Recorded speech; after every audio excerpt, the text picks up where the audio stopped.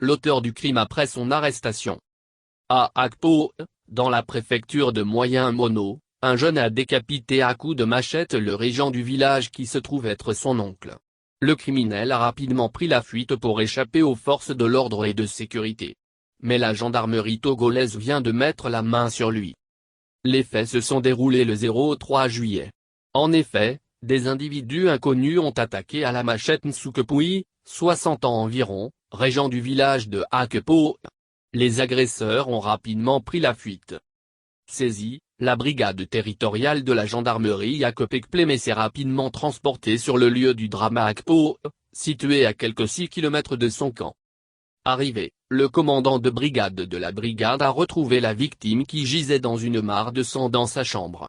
Malheureusement, ce dernier succombe des suites de ses blessures au moment de son évacuation d'urgence au centre hospitalier préfectoral de Touna.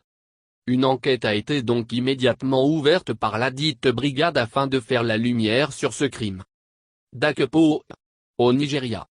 À l'issue du constat effectué par les gendarmes, les premières informations recueillies ont permis d'identifier un certain D.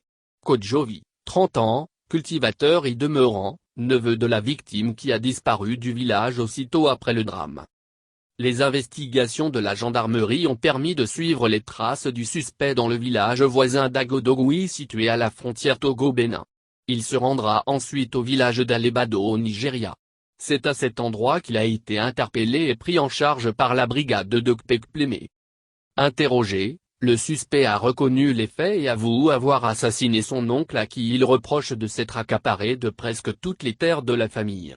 Il dit reprocher également à son oncle d'avoir tué spirituellement 2 de ses enfants et de s'être opposé à sa volonté d'épouser la veuve de son fils.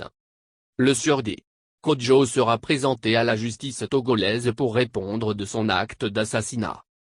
La gendarmerie nationale salue les populations surtout celles d'Alebado, Nigeria, et de Akpo et pour leur courage, leur collaboration et leur grande contribution dans l'aboutissement de cette enquête.